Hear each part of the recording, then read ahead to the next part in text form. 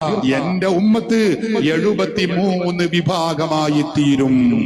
അള്ളാഹുവിന്റെ റസൂൽ പറയുകയാണ്, എന്റെ ഉമ്മത്ത് 73 വിഭാഗമാവും. കുല്ലുഹും ഫിന്നാർ, അവരെല്ലാവരും നരകത്തിലാകുന്നു.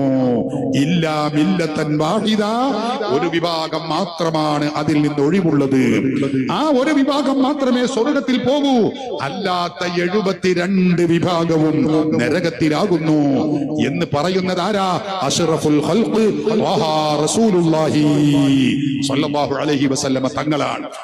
അപ്പൊ സ്വഹാബത്ത് ചോദിച്ചു, നബിയെ, അല്ല 72 വിഭാഗം നരകത്തിലേക്ക് പോകുമ്പോ സ്വർഗപ്രവേശനം നേടുമെന്ന് പറഞ്ഞ ഒരു വിഭാഗമുണ്ടല്ലോ, മൻഹും യാ റസൂലല്ലാഹ്, ആരാണ് നബിയെ ആ ഒരു വിഭാഗം എന്ന് ചോദിച്ചപ്പോ റസൂലുള്ളാഹി പറഞ്ഞു, ഖാല മാ അന അലൈഹി വഅസ്ഹാബി, ഞാനും എന്റെ സ്വഹാബികളും നിലകൊണ്ട മാർഗത്തിൽ സഞ്ചരിക്കുന്നവരാരോ അവരാണ് സ്വർഗത്തിലേക്ക് പോവുക.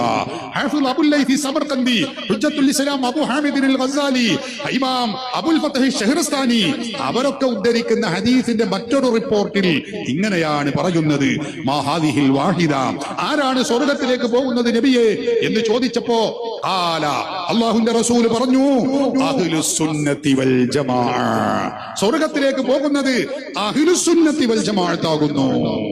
അങ്ങനെ തന്നെ അല്ലാഹുവിന്റെ റസൂല് പറഞ്ഞ ഹദീസ് ഇമാമുമാർ അവരുടെ കിതാബിൽ രേഖപ്പെടുത്തി വെക്കുന്നു.